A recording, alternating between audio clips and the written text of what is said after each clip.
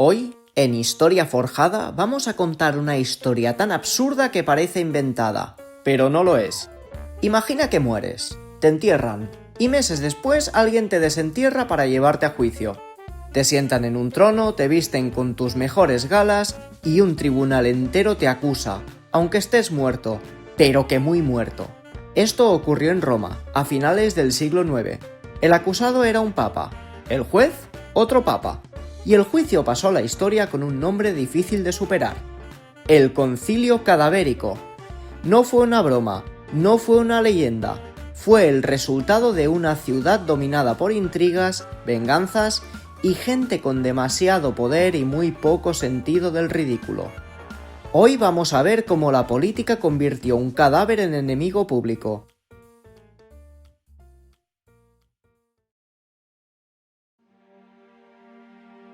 Para entender el Concilio Cadavérico hay que viajar a la Roma del siglo IX, una ciudad muy distinta a la imagen majestuosa del Imperio Romano.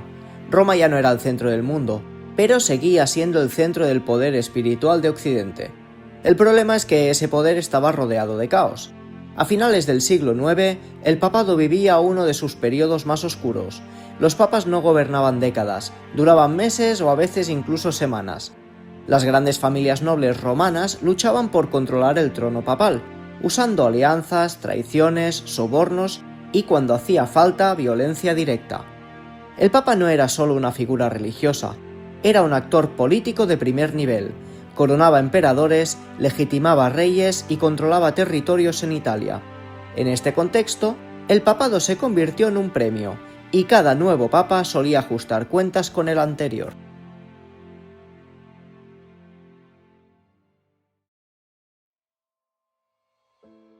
El protagonista involuntario de esta historia se llamaba Formoso. Y no, el nombre no es irónico, aunque el final de su vida y de su cadáver sí lo será. Formoso fue papa entre los años 891 y 896, en una época en la que sobrevivir políticamente en Roma ya era un milagro. Pero su historia empieza mucho antes. Antes de llegar al papado, Formoso había sido obispo de Porto, un cargo importante dentro de la jerarquía eclesiástica. Era inteligente, ambicioso y sobre todo muy activo en la política internacional. Tan activo que años antes ya había sido acusado de ambición desmedida y hasta excomulgado temporalmente. Luego fue rehabilitado, pero sus enemigos tomaron nota, porque Formoso no se limitaba a rezar y bendecir. Intervenía en conflictos entre reinos, apoyaba a unos candidatos al trono imperial y se enfrentaba abiertamente a otros. Y eso en la Roma del siglo IX era la receta perfecta para ganarte enemigos. Uno de los más peligrosos fue la familia Spoleto, una poderosa dinastía que controlaba buena parte del centro de Italia, y que en la práctica quería dominar también el papado. No solo influían, imponían papas, presionaban a Roma y actuaban como si la Iglesia fuera una extensión de su poder. Formoso se opuso a ellos, no una vez, sino varias. Apoyó a Arnulfo de Carintia como emperador del Sacro Imperio, utilizando su autoridad papal para legitimar a su candidato y bloquear las ambiciones de los Spoleto. En términos modernos, Formoso estaba eligiendo bando en una guerra política. Y cuando eliges bando, alguien toma nota.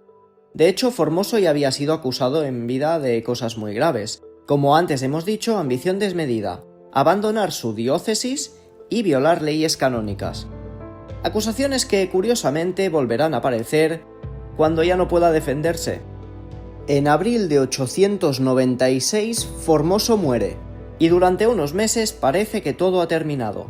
Su cuerpo es enterrado y la historia sigue adelante.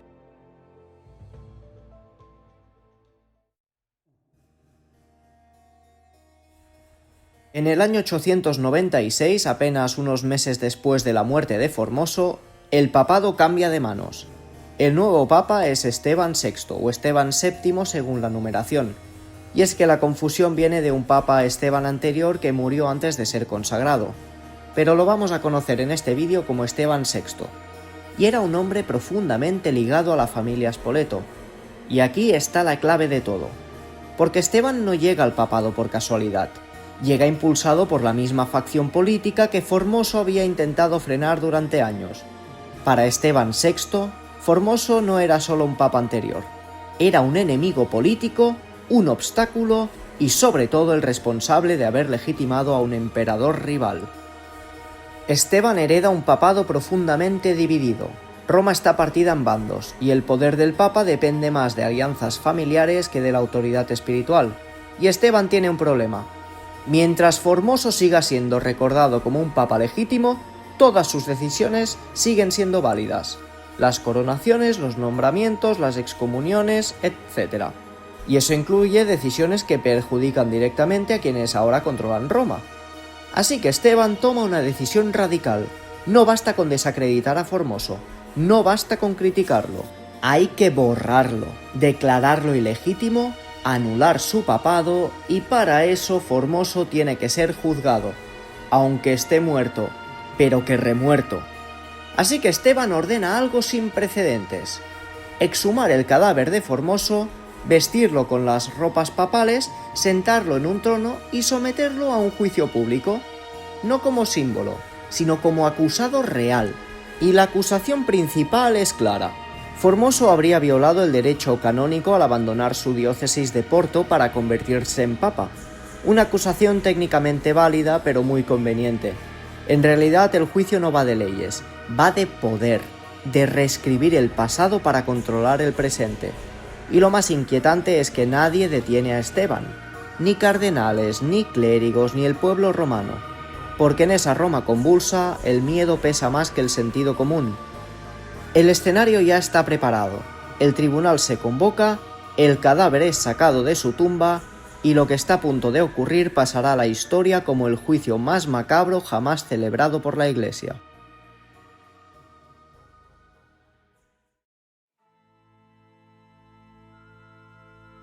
En la Basílica de San Juan de Letrán, en el año 897, se convoca un concilio extraordinario. Los clérigos toman asiento, los jueces eclesiásticos se preparan, y entonces ocurre algo que nadie en la historia de la Iglesia había visto jamás. El cadáver del Papa Formoso es exhumado de su tumba. Han pasado meses desde su muerte. El cuerpo está deteriorado, rígido, oscuro, y aún así lo visten con ropas pontificias, le colocan la tiara y lo sientan en un trono como si aún gobernara la Iglesia. Para completar la escena, se asigna a un diácono para que actúe como defensor. Su tarea es responder en nombre del cadáver. Sí, un juicio real con un acusado muerto. Frente a él, el Papa Esteban VI preside el tribunal y comienza a interrogar al cadáver a gritos. Lo acusa de usurpar el papado, violar el derecho canónico, perjurio y ambición desmedida. Las preguntas resuenan en la basílica. El cadáver, por supuesto para sorpresa de nadie, no responde. El diácono murmura respuestas formales, intentando mantener un mínimo de dignidad en una escena que ya la había perdido por completo. Pero el juicio sigue adelante. El veredicto estaba decidido desde el principio. Formoso fue declarado culpable, y su pontificado quedó anulado y sus decisiones invalidadas. Y entonces llegó el castigo. Se le arrancan las vestiduras papales y se le cortan los 3 dedos de la mano derecha, los que se usaban para impartir la bendición. Al menos no le dolió.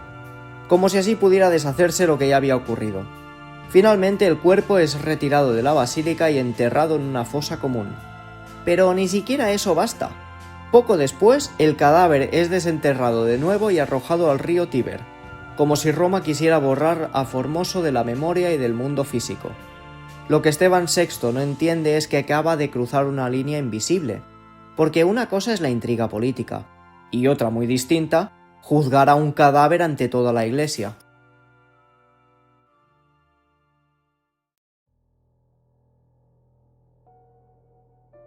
El juicio al cadáver no trajo estabilidad, no cerró heridas, no reforzó la autoridad del Papa Esteban VI. Hizo exactamente todo lo contrario. Roma quedó conmocionada. Clérigos, nobles y ciudadanos comenzaron a ver el concilio cadavérico no como un acto de justicia, sino como una señal de que el papado había perdido el control. Entonces, como si la historia quisiera añadir un comentario propio, ocurre algo que muchos interpretan como un aviso. Poco después del juicio, un terremoto sacude Roma. Para los contemporáneos fue una señal, un castigo, un mensaje. Y es que el rumor se extiende por la ciudad. Dios no aprueba lo que ha ocurrido. La autoridad de Esteban VI comienza a desmoronarse, las facciones que antes lo apoyaban se distancian, sus enemigos se reorganizan y el pueblo, alimentado por el miedo y la indignación, pierde el silencio. En el verano del 897 la tensión estalla. Una revuelta, mezcla de presión popular y maniobras políticas, irrumpe en Roma. Esteban VI es arrestado, despojado del pontificado y encerrado en una celda. Allí, lejos del trono desde el que interrogó a un cadáver, es estrangulado. Sin juicio, sin ceremonia y sin aliados que lo protejan. Pero la historia no termina con su muerte. El papa siguiente, Teodoro II, rehabilita oficialmente a Formoso, declara válidas sus decisiones y ordena recuperar sus restos del Tíber para darles un entierro digno. Poco después, el Papa Juan IX convoca nuevos concilios que anulan por completo el concilio cadavérico y prohíben juzgar a los muertos. Menos mal. Como si la Iglesia intentara borrar ese episodio de su propia memoria.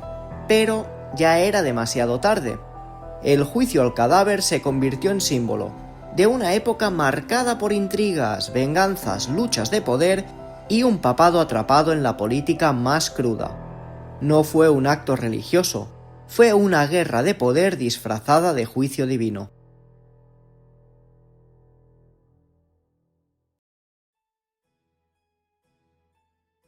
El concilio cadavérico no cambió la Iglesia, no reformó nada, no dejó grandes enseñanzas teológicas, pero sí dejó algo muy claro. A veces el poder pierde completamente el sentido del ridículo. Durante siglos este episodio fue tratado como mejor no hablar de ello. Y no es para menos. Juzgar a un cadáver, condenarlo y arrojarlo al río no suele quedar bien en los libros de historia. Desde entonces, cuando alguien dice que la Edad Media fue oscura, este juicio suele aparecer como prueba. Esta fue la historia del único juicio en el que el acusado ya había cumplido condena antes de empezar. Gracias por acompañarme en Historia Forjada, porque siempre habrá nuevas historias que descubrir y nuevos viajes que emprender.